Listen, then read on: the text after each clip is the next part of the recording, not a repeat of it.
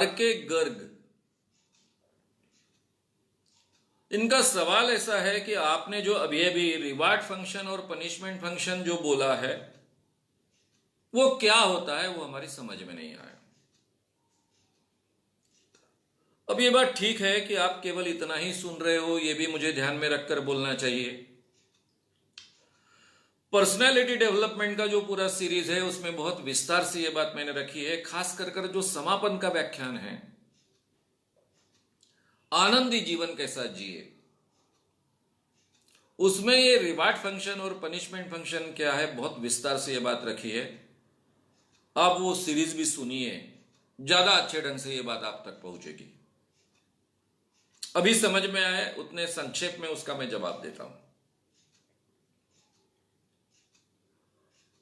हमारे माइंड में ब्रेन के जो हिस्से होते हैं, एक ऊपर का हिस्सा होता है जिसको कॉर्टेक्स सेरेब्रम कहते हैं, बीच का लिम्बिक सिस्टम होता है, और फिर तीसरे हिस्से को कोर ब्रेन कहते हैं, जो प्राणी जगत के शुरुआत में था। लिम्बिक सिस्टम भी करीब करीब सभी प्राणियों में होती है। सस्तन प्राणियों में तो यानी दूध पीने वाले सभी प्राणियों में होती है। मां का जो दूध पीते हैं उनको सस्तन प्राणी कहते हैं। और जो हमारा कॉर्टेक्स सेरेब्रम है, ये एडवांस ब्रेन है, बहुत विकसित हुआ ब्रेन है। इसमें दो हिस्से होते हैं, एक लेफ्ट हेमिस्फीयर होता है, दूसरा राइट हेमिस्फीयर होता है।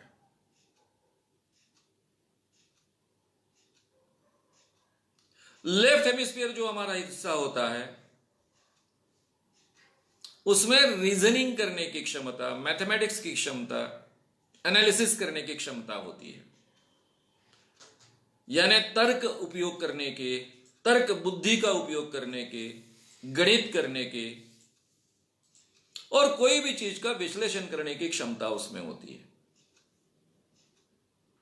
हमारा जो राइट हेमिस्फीयर होता है ब्रेन का, उसमें इमोशंस होती है। कोई भी चीज जो मुझे कही गई वैसे के वैसे स्वीकारने की उसमें क्षमता होती है। विदाउट रीजनिंग आज्ञा स्वीकारने की उसमें क्षमता होती है। यह राइट हेमिस्फीयर का हिस्सा है। कला, कला की समझ, संगीत की समझ, ये सभी राइट हेमिस्फीयर के हिस्से हैं।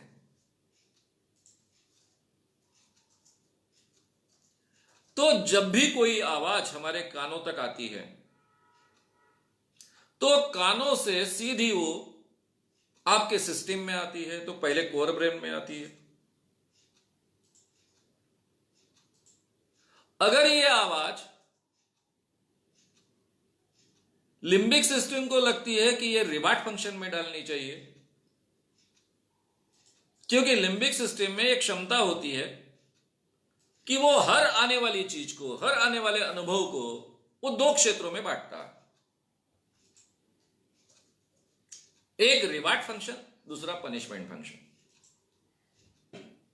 हमने कोई काम किया, मां बाप ने हमें शाबाशी दी, तो यह बात हमारी रिवार्ड फंक्शन में जाएगी। मां बाप ने हमें डांटा, यह पनिशमेंट फंक्शन में जाएगा। वैसे हमारा यह लिम्बिक सिस्टम हर चीज का दो भागों में बांटना करता है काम। अगर ये दो भागों में बांटता है तो हमारा जो माइंड है, लेफ्ट हेमिस्फीयर, राइट हेमिस्फीयर, उसमें का लेफ्ट हेमिस्फीयर वो अलर्ट होता है, वो रीजनिंग करता है। जैसे बाप ने रिवार्ड दिया तो हम खुश हो गए, तब भी हमारा लेफ्ट हेमिस्फीयर जागृत होता है, हमको बहुत अच्छा लगता है, क्यों मुझे बाप ने शाबाशी दी, इसके बारे में हम विचार करते हैं, खुश होते हैं। या फिर डांट दिया तो भी हमारा लेफ्ट हेमिस्फीयर बहुत अलर्ट होता है।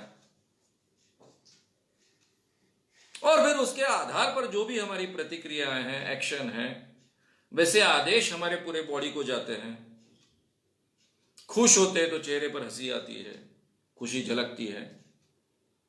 डांट मिलती है तो गुस्सा आता है, या फिर एकदम डिप्रेस होते हैं, वो चेहरे से लेकर हर शरीर पर आएगा। बहुत डर लगा डांटने के कारण तो हमारा ब्लड प्रेशर बढ़ेगा। हमारा ब्लड प्रेशर बढ़ने के कारण पूरे हमारे स्किन पर भी उसका प्रभाव होगा। डरे हुए चेहरे पर हम महसूस होंगे। तो ये जो भी जिस ढंग से उसको लिया जाता है रिवार्ड या पनिशमेंट फंक्शन के आधार पर, तो हमारा बाकी का ब्रेन उस ढंग से एक्टिवेट होता है और उसके परिणाम निकलते हैं। जब कभी कोई आवाज ऊपर जाते समय, कोर ब्रेन से जब ऊपर जाती है, हमारे लिम्बिक सिस्टम को लगता है कि ये हमेशा जैसी आवाज है, इसकी तरफ ध्यान देने की आवश्यकता ही नहीं है, ना इसमें रिवार्ड है ना पनिशमेंट है। तो ये आवाज वो सीधा ऊपर जाने देती है। लेफ्ट हेमिस्फीयर को, जो रीजनिंग का हमारी क्षमता करने वाला ब्रेन है, उसको अलर्ट नहीं करती और डायरेक्ट राइट हेमिस्फीयर में जाकर वो रिकॉर्ड होता है। यानी वहां से जाकर बाकी जहां सब चीजें रिकॉर्ड होती है वहां पर जाकर रिकॉर्ड होता है। और इसलिए अगर हमको ट्रांस की अवस्था में जाना है, सम्मोहन की अवस्था में जाना है, तो हमारा लेफ्ट हेमिस्फीयर जागरूक नहीं होना चाहिए।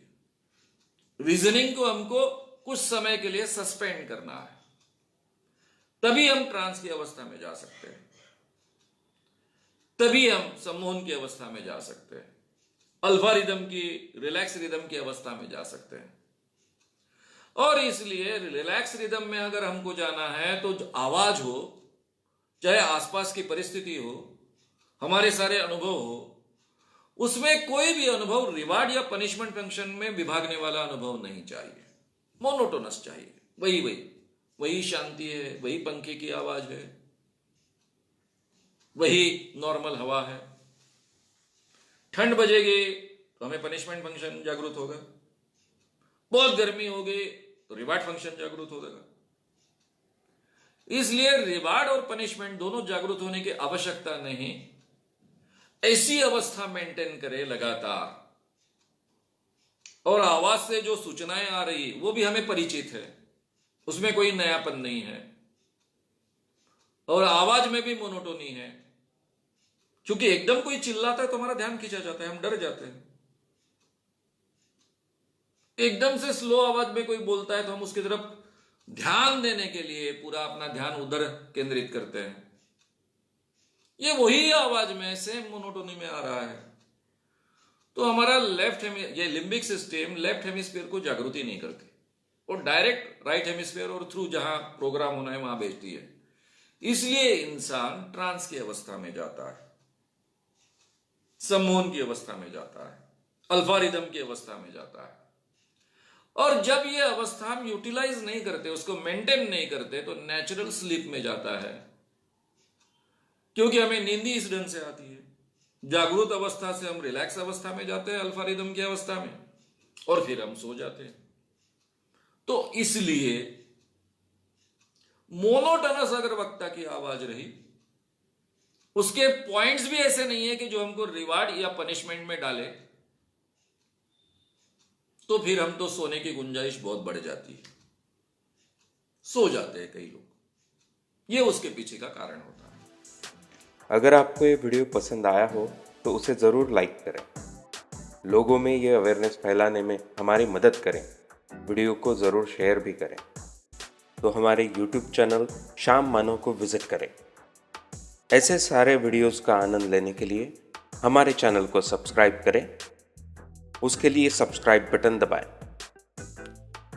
नए वीडियोस का नोटिफिकेशन पाने के लिए बेल आइकन दबाएं।